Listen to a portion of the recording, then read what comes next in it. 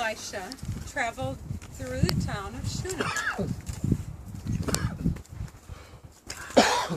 He was invited for a meal in the home of a very prominent woman and her husband. And then he was invited to come back for a meal there anytime he was passing through town. And so he did.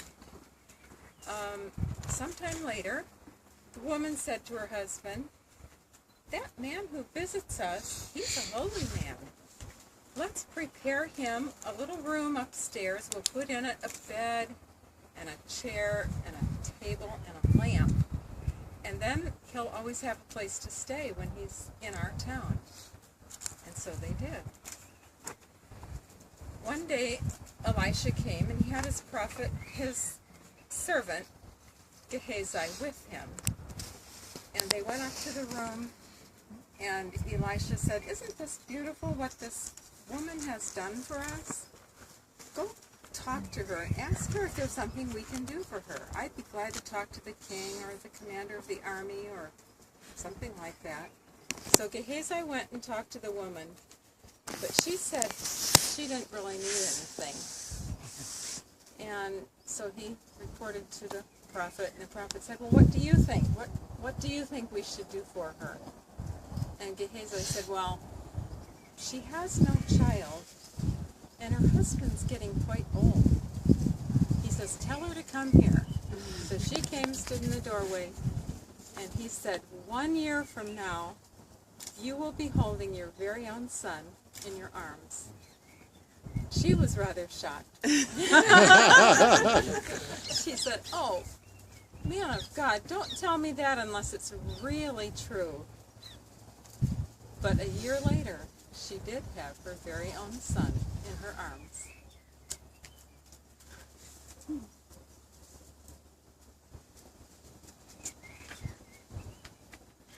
That little boy grew up following his daddy around, working with his dad. And especially they loved to be out in the fields harvesting. One day they were out in the field, and the little boy suddenly cried out, and he says, "My head, my head." Well, a servant came running, picked him up, carried him to his mother. And she held him on her lap several hours. But at noon, he died.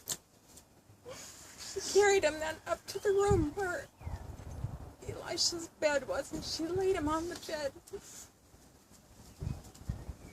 And she gathered her stronger side of herself, started telling her husband what to do.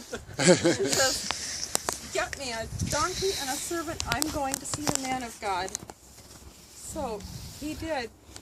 She saddled the donkey, and she said to the servant, "Don't slow down unless I tell you. We're going to Mount Carmel to see Elisha the prophet." When Elisha saw them coming, he sent his servant Gehazi. He said, "I think I see the Shunammite woman coming. Go meet her and ask her if everything's okay with her and her family."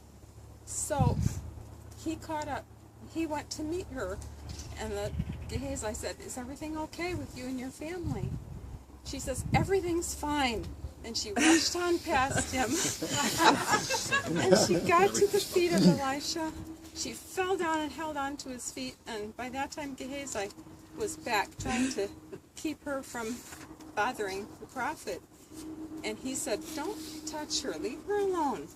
She's troubled, and God hasn't showed me why." So she told him, she says, "I told you, don't tell me I'm going to have a son if it's not really true." And so he turned to his servant and he said, "Take my walking stick back and lay it on top of the child." And so Gehazi started out to do that, and she was still hanging on to Elisha's feet. She says, "I am not leaving without you." Kind of a bossy person. She got results. he got up then, and the three of them went back. Gehazi got there first, because he had told Gehazi to run to this woman's house. But anyway, the three of them went. Gehazi did get there. He put the walking stick on top of the child. Nothing happened. So when Elisha got there, he went upstairs to his room. He closed the door. He prayed.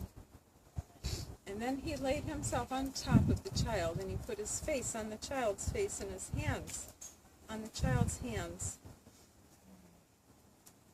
And he stayed there until that little boy's body was warm. Then he got up and he paced back and forth. And finally he went back and laid on the child again, same position. Suddenly the child sneezed. And then he sneezed again. He sneezed 7 times. And he opened his eyes. And at that point, Elisha said to his servant, "Go get the boy's mother." So the servant brought her in. And she first went and knelt at the feet of Elisha. And he says, "You can pick up your child." And she got up, picked him up, and carried him out.